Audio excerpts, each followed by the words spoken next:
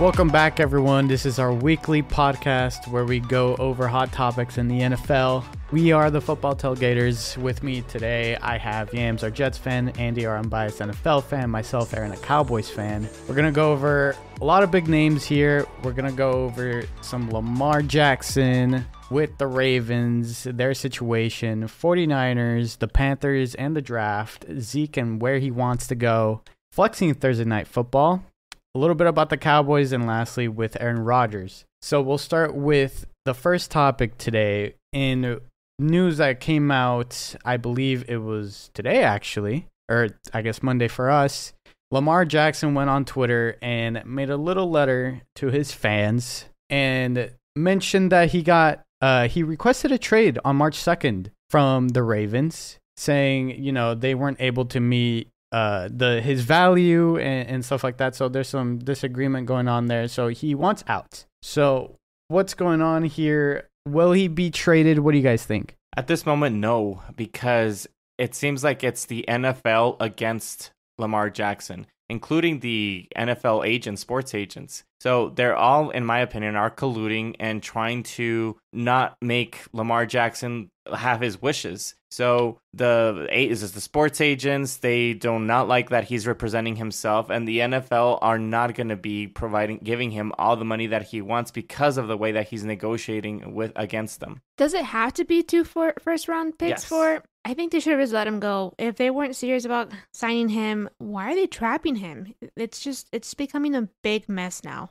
They want him. They want the value back because he's a good quarterback, but the asking price right now is too high, and the value is going to go down. They're not going to get their 2 first-round picks unless someone's extremely desperate, and there's not a lot of teams who are desperate. Maybe the Colts, we can see them giving it up. It could be a last-second trade. Maybe it could be a draft day trade. We won't know, but it's obvious here that the NFL owners and the teams in general aren't fully invested in Lamar Jackson. So that's a problem. So they're just not trusting in what they're seeing, what they have seen. He's been injured and stuff like that. So it's kind of like a tricky situation, and they're playing very cautious, and I don't blame them.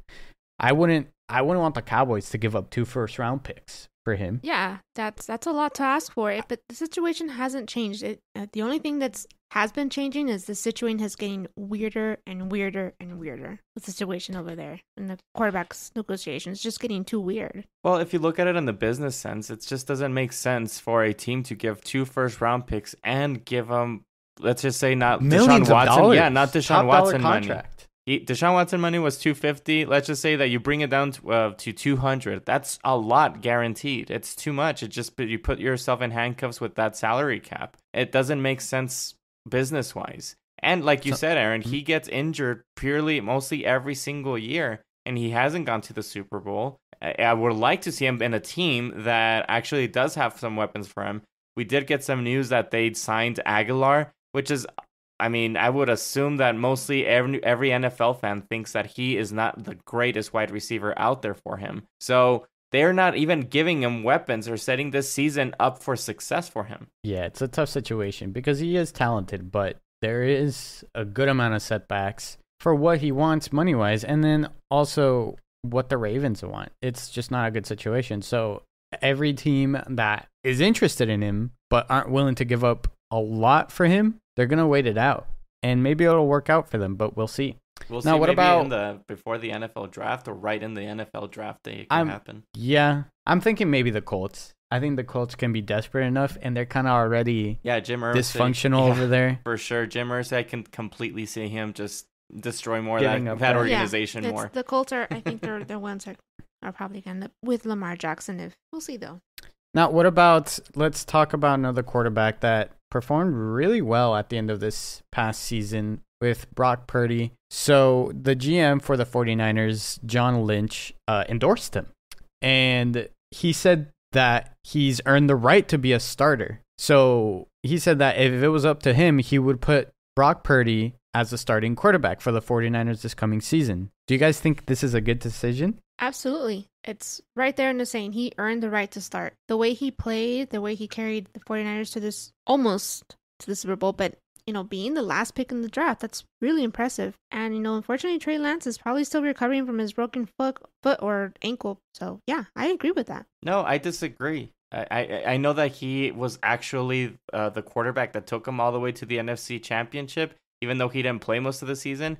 But just go into training camp, and with all the quarterbacks that you have, including Trey Lance and Sam Darnold, let's see who plays better in training camp. Maybe Sam Darnold's ability is exactly what this team needs. We don't know the chemistry that these quarterbacks will have with them, and we haven't seen much about Trey Lance. Maybe he has learned throughout these years that he's been there, and maybe this year he doesn't get injured and just explodes. So I say wait until training camp to select the starter.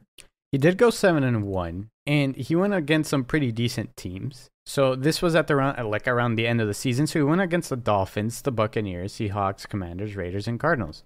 They're not all super competitive teams, but he showed, for being Mr. Irrelevant, he showed, I think, enough for him to even be considered a first or second string. Now, you have this situation with Trey Lance. He is injured. He has been injured. We haven't really seen much from him. So the trust factor there, I'd rather take someone who's already showed me that he can perform well, someone who has been 7-1, versus someone like Trey Lance, who has struggled throughout the times he has been able to play in the season. Sam Darnold seems like he might be the next man up, but we need to see the Trey Lance situation. We need to see if the 49ers need to move on from him or not. What's going on here? They need to figure him out, because that was their supposed franchise quarterback. Now what's going on? He's not even the starter, the 100% starter. Well, He's recovering. His rookie contract is going to be up without him even playing. Exactly. So, how is that going to happen? I don't think he's going to get paid big money at all, because he hasn't proven anything, and he knows that. Right. So he's probably just going to get a cheap contract, and maybe he'll sadly end up being a backup and maybe jump around some teams, and maybe he can see some comeback and something like a Geno Smith, and maybe he just has, Well, let me ask you guys it's a late start for him. Let me ask you guys this. Would it be smart for the 49ers to extend Trey Lance now really, really cheap, just in case? Rather than pick up his 5th-year option? Yeah, rather than wait and see what's going on. And it's just that that's a big gamble. Since you drafted him what was it, 5th overall? I know it's a big gamble, but nobody knows what this kid can provide. I know that he's been injured every single year, but we don't know his ability. It would really be terrible if they trade him and then he goes and explodes somewhere else. He's going into his 3rd year, so he's got time to still prove. And I think he's going to want to wait it out. But I do see the 49ers maybe jumping right away and getting him for cheaper. And maybe he does improve throughout the season, once he has a full, healthy season. Yeah, because let's just say that he does explode with the 49ers later on, and he signed a contract that's just very cheap. I don't know, $70 million for 4 years or something like that. His agent is probably going to be stomping at the door and saying, hey, you're paying him too little, and he's your franchise guy or whatever. Even though you're thinking you did smart money, they're probably going to be just requesting so much money from him, and him maybe even sitting out. It's just business in the end. I say good luck to the 49ers. If Brock Purdy. If Purdy gets injured again, they're going to have 3 injury-prone quarterbacks on the roster. Well, the 49ers are used to it, though. No, but that sucks. Yeah. That's why you don't want to be in that position. I mean, then why would you trade for Sam Darnold? Right? I don't know. Right? I don't know. But I do think that it's his job to lose Brock Purdy. So, if Sam Darnold or Trey Lance is better in training camp, but I still think it's Brock Purdy's job. Well, he can lose it in training camp. Yeah. Let's go to the Panthers, and they have a top pick in the draft, obviously the number 1 overall. So it's a very big deal for them, and it's always a huge amount of pressure for being the number 1 overall pick, because you don't want to mess it up, right? So there has been a video that's going around recently of draft day with the quarterbacks coach of the Panthers, Jets legend Josh McCown, saying something along the lines of, maybe when you live in Charlotte, we'll find a court. So there's speculation that it's a lock pick for the Panthers to pick CJ Stroud. Do you guys think this is a right decision here? I feel that this decision is kind of a safe one, because there's so many reports on Bryce Young being short, and Nick Saban coming out and talking on his behalf, kind of boost up his stock. I feel like it's a safe pick to go with CJ Stroud to just not get fired. Well, if you really believe that CJ Stroud is the main guy that's going to take you to the Super Bowl, then go ahead and pick him. But if you have some doubt, then I would trade that pick and go a little bit lower, get Bryce Young or get Richardson or even Levis from Kentucky, honestly. But if you really believe that guy is your number one guy, then go for it. I want to make a comment on Levis from Kentucky. He said he's not going to the draft if he's not going to be picked up early. So I don't like that attitude. I don't like that attitude. Because I guess he's talking to coaches, and if he doesn't feel like someone's going to draft him early, he said he doesn't want to go. There's also... Yeah. They also talk to these players, and they're like, we're drafting you. Like, it's a done deal even before the draft even starts. And a bunch of them are lies, too. Yeah, and a bunch of them are lies. There has been where, like, yes, we're drafting you 100%, and then on draft day, they don't draft them. Yeah. So they're completely shocked. It's not a guarantee, but it's all not written on paper. It's not official, but they can tell them. They can tell them that. So it's never 100% guarantee, but I don't know the confidence in the Panthers right now and what they're doing with their situation for the quarterback here. So, because we just talked about the Richardson, what was it, a report that it seemed like he was maybe going to be picked. Now it seems like CJ Stroud is a complete lock after this draft day that happened. I do think he is a lock. They gave up a lot for the number one. So right. They have to be absolutely 120% sure that this is the quarterback they want. So I think that it is going to be CJ Stroud. I don't think it's going to be Bryce Young. I don't think it's going to be Anthony Richardson. Well, like I said, if they have some doubt, they should trade down and just get some picks. Stop trying to make draft day happen. Well, look, it's because the Texans are high up there and the Colts. You can trade with one of those two teams, and those two teams are still going to be next year or the following year, like still not very good. They're still building around those teams. Probably next year they're going to be still like a top 10, top 15. So that first round pick is still going to be pretty high. So get some picks back if that's the case. Do what Kevin Costner. Stop trying to make draft day happen. Well, either way, they have a huge amount of pressure, so we'll see what they do come that day. So let's talk about Zeke, former running back of the Dallas Cowboys. He is now looking for a destination that he will like and where he thinks he might fit pretty well. He's got the Eagles, Bengals, and Jets as his landing spot. So Zeke Elliott, Eagles, Bengals, or Jets? What's the best choice for him? Well, okay, the Eagles, they need a big time like starting running back to carry all the load for every like first and second down, and since they traded Sanders off of him, so that doesn't work for Zeke. The Bengals, they have still Mixon. He's the first and second down running back. So the third running back, it could be a really good potential spot for him. And the Jets, well, they have Breece Hall, but he's just coming out of an ACL, and in my opinion, that takes 2 years to recover for him to go back to his great potential. Look what happened to Saquon Barkley.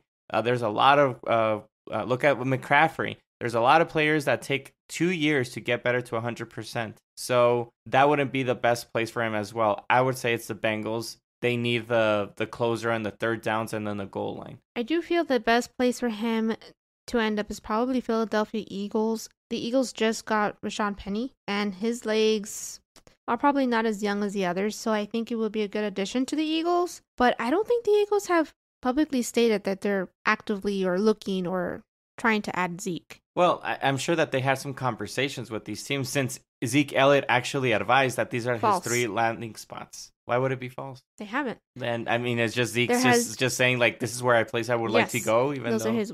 Exactly. Okay. His wish list. All right. Rashad Penny hasn't played a full season, so it's interesting because he's the starter here. He's put down on the depth chart as a starter, Rashad Penny for the Eagles, and then they got Boston Scott right behind him, and then Kenneth Gainwell, and then you got, I think, easily the thinnest of the chart here for the Bengals. They got Joe Mixon and then some guy named Chris Evans, and then some other guy named Travion Williams. Who knows with them? And then you got obviously Jets. We know their situation. Breece Hall, Zonovan Knight, Michael Carter, Ty Johnson, and so on. They seem fine. They just need to wait for Breece Hall to finally get back healthy. It's the Bengals here. It's the Bengals. They need Joe Mixon's former, because they had Samaj Pirine.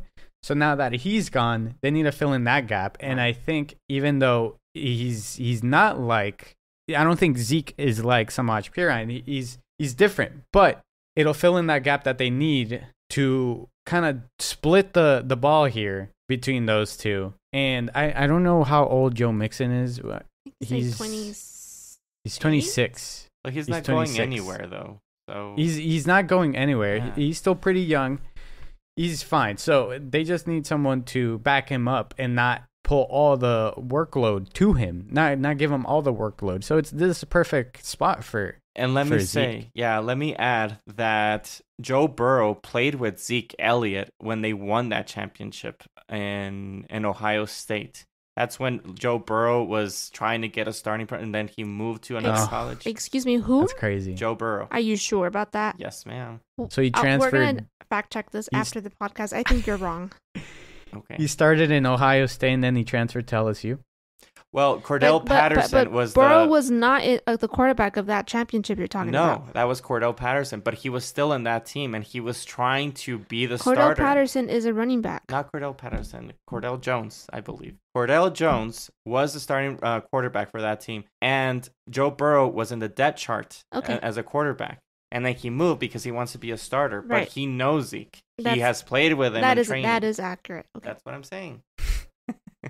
I would hate for him to be with the Eagles, but if I had to put it in order on the likeliness of where he would go based on these three teams, it would be Bengals, Eagles, Jets. That's how it would go. I think that I don't know. Yams, you said the Eagles. It would be Eagles, Bengals, Jets. Jets actually, Breece Hall was kind of unhappy to hear that they were in the mix of getting him, so he tweeted out, deleted it, and then tweeted after that said, "Hey, I think we're good over here. What do you think, Michael Carter? How about you?" So they don't want him. Mm-hmm. Jeez, man. Yeah. Tough luck. Now let's move on over and talk about the Thursday night football. It's been kind of a hit or miss, as well as Monday night football for us. You got that situation where it's like mid-season or a little bit after, and the games that are set for those days aren't always the best. You got some very boring games. You got two horrible teams playing. It's not the best situation. So the NFL owners will be asked during I think it's next week's, they're going to have a league meeting very soon to approve a flex plan for Thursday night to go into effect for this coming season. So the main purpose of it would be to eliminate, Thursday night games between very sucky teams and whatever. So what do you guys think about this? Is this a good idea? Well, just to say, they're trying to flex for week 14 through 17, which is in the end of the season. They're just looking at this business-wise because of the viewership at home. They're just looking for the ratings to get as much revenue as possible. But the people that they're screwing over are the people that are planning to see these games as ticket holders to go, I don't know, to Vegas, to Dallas, to New York, wherever, to see this Thursday night football game. And then all of a sudden, boom, they flexed it. And even though you planned it weeks in advance, bought your ticket, bought your hotel, and you're just not going to be able to see the game. So they're not looking on behalf of the fans. They're just looking on business-wise. It's all business. So are you telling me 15 days advance notice is not enough time to change your ticket or to change your plans? I'm just kidding. Obviously, it's not enough, right? Right. Okay. Man. I don't know if you were serious. Obviously, it's not enough, and things get expensive, especially 15 days out if you have to plan a flight over there. You always plan a while back. Mm-hmm. This is not...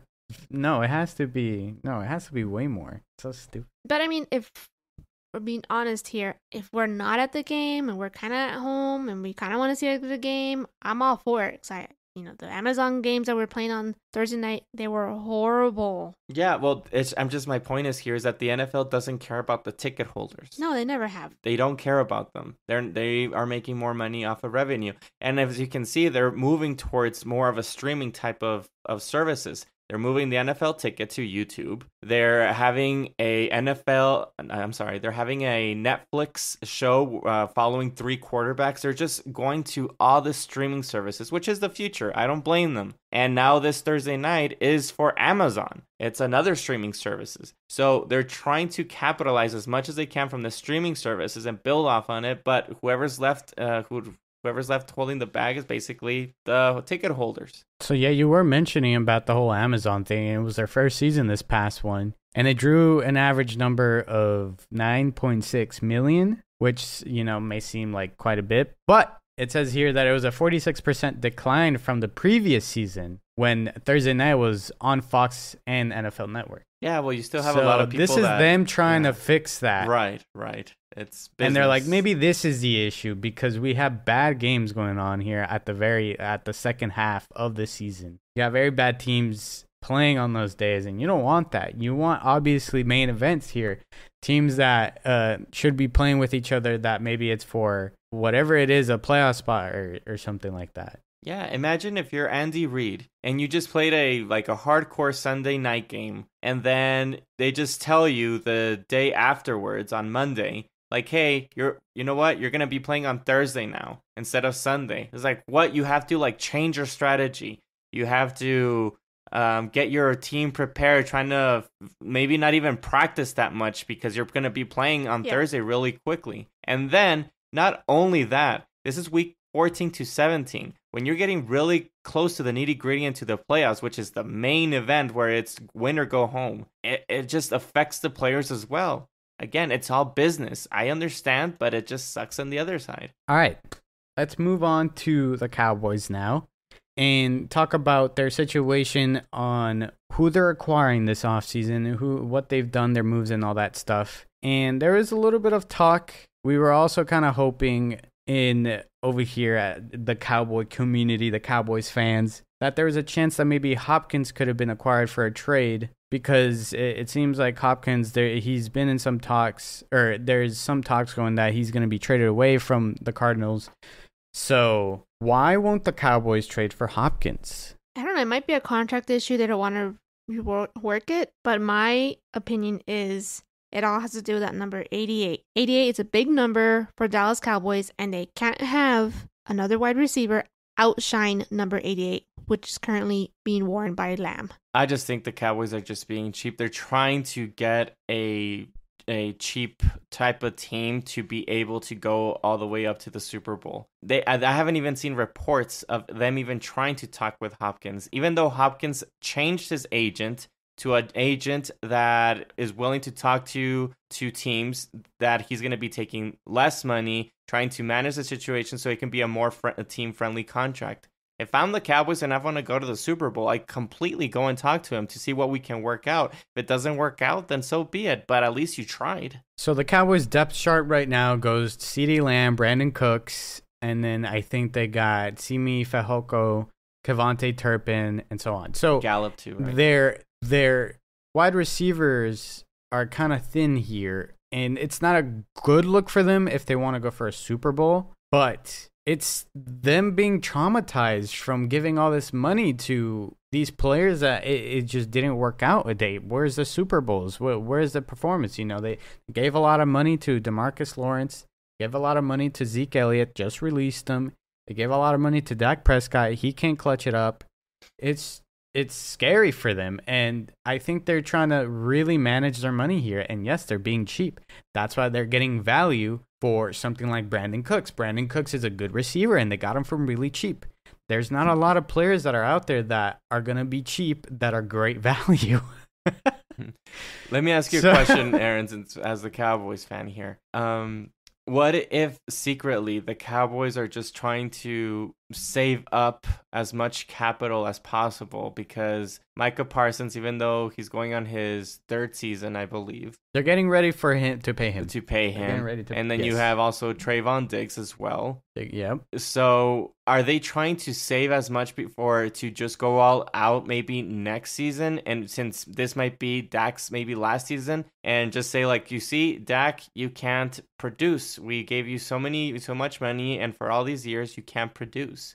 Now I don't. Well, I mean, no. Well, No, that was a stupid idea. I was gonna say something dumb, but I think they're tired of trying to go above and beyond to give Dak Prescott the most so he can succeed, and that hasn't worked out. So now they're like, "This is your last chance. This is what we can give you without us giving a lot because we've done a lot for you in these past years. There hasn't been really a result here. So this is the time is ticking." And I think there's a connection here of what's going on, of maybe a mutual agreement of them getting ready to part ways. I don't know. There was that DeAndre Hopkins was seen in Dallas not that long ago with Des Bryant. Des Bryant seems like he was trying to recruit him, maybe. He was showing him around Dallas. There's a video, whole thing going on. Doesn't seem like that influenced anything. Maybe I'm wrong. No, look at OBJ. But, he was in Dallas too, and that didn't work. Yeah, out. and he's not. But that was a little bit different because they weren't ready to sign him because he was still not ready to play. DeAndre Hopkins is ready to play. Yeah. Way ready to play. And far more talented than OBJ. Yeah. So completely different situation.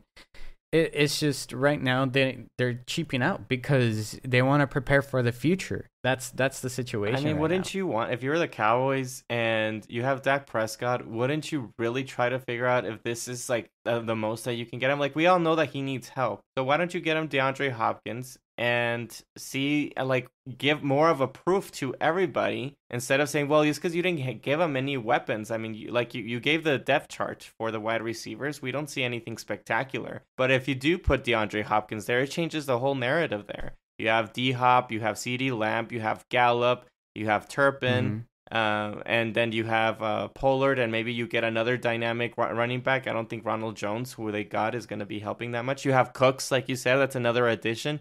It completely changed the dynamic here. So why wouldn't you do that if you're the Cowboys and just prove to Dak, like, dude, I gave you everything and you can't produce. It's time to move on. I think they're just waiting it out and saying, I also don't know because it's okay. So first of all, he was given everything. Amari Cooper, CeeDee Lamb. I think Michael Gallup might have been injured at that time. I agree. He was already given everything, and he was already given everything. Yeah. Would you rather have? Okay, so there you had a your wide receiver core. It was talked about around the league when it was at its peak, when Zeke was playing still good, when the whole wide receiver core that they had, it was still good.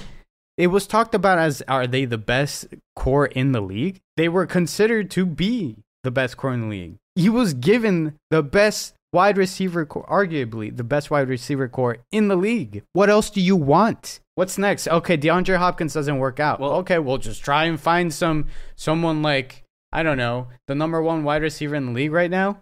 I agree with you, but the contract is just what hurt him completely. Like, they, even though that if that proved to them that he's not the guy because you gave him all of that, they're still handcuffed to that contract. It's just too much money for him that they can't move on from him.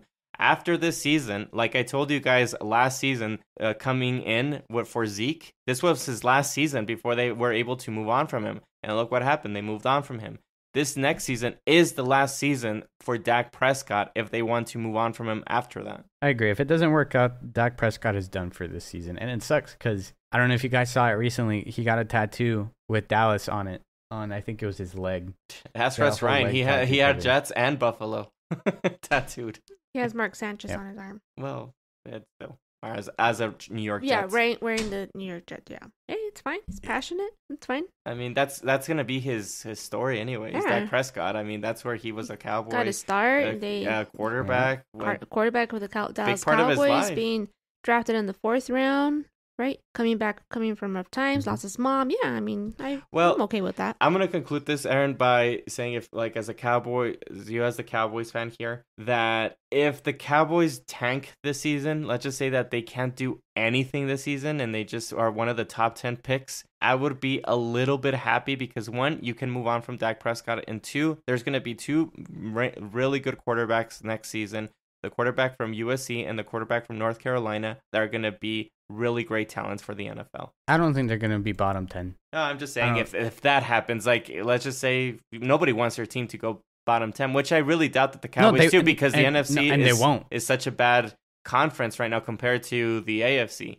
But if that happens, I mean, you don't know. What if Dak Prescott gets injured like a few seasons ago? Yeah, I mean, if any starting quarterback gets injured, that's usually how it goes, unless you're the 49ers and somehow find some kind of miracle. Well, no, you still have Cooper Rush, remember? He actually won you all those games while Dak was gone. Yeah, he's temporary, though. He's temporary. I don't think long-term Cooper Rush would work out because he would have a starting position by now. No, yeah, no, for sure. He just got extended, actually, for the Cowboys. He did.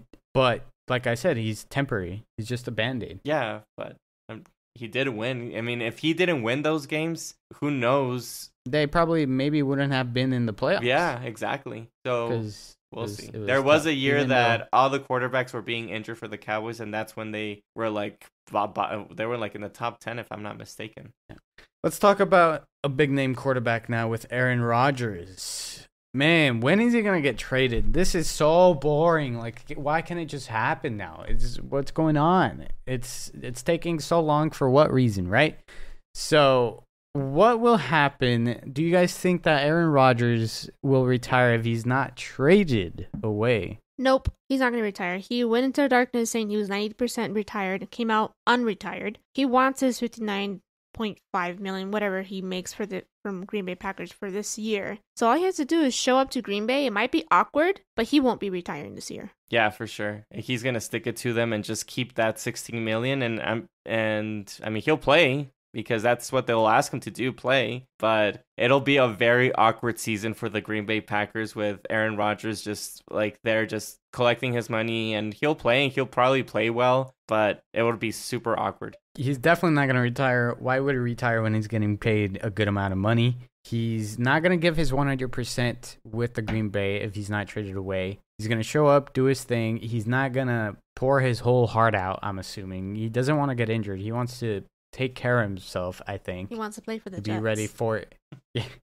So he's healthy. He's ready to give it another couple more years before he retires and maybe get another Super Bowl. Yeah, so it's going to be tough. Joe Douglas kind of talked about Aaron Rodgers. He says that there has been some productive conversations. It has been sort of like a standstill, kind of like a standpoint in what they want, but they feel really optimistic, but they're not in a rush. Why wouldn't you be in a rush? Wouldn't you want to just get this done so you can prepare for next season, the draft, and figure things out? Yep. I mean, this is still a big question mark.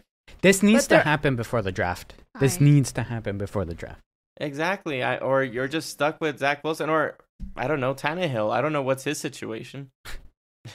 It just seems really weird when Aaron Rodgers said that with his interview with the Pat McAfee show that once he got out, he has his intentions to play for the New York Jets. I don't know, what does that mean? Do you want to play for them, or that's just what he intends for it to happen? It's completely different words there. I take it as he wants to play. I mean, yeah, he came on the Pat McAfee. Why? What's it? I feel like they're dancing around it.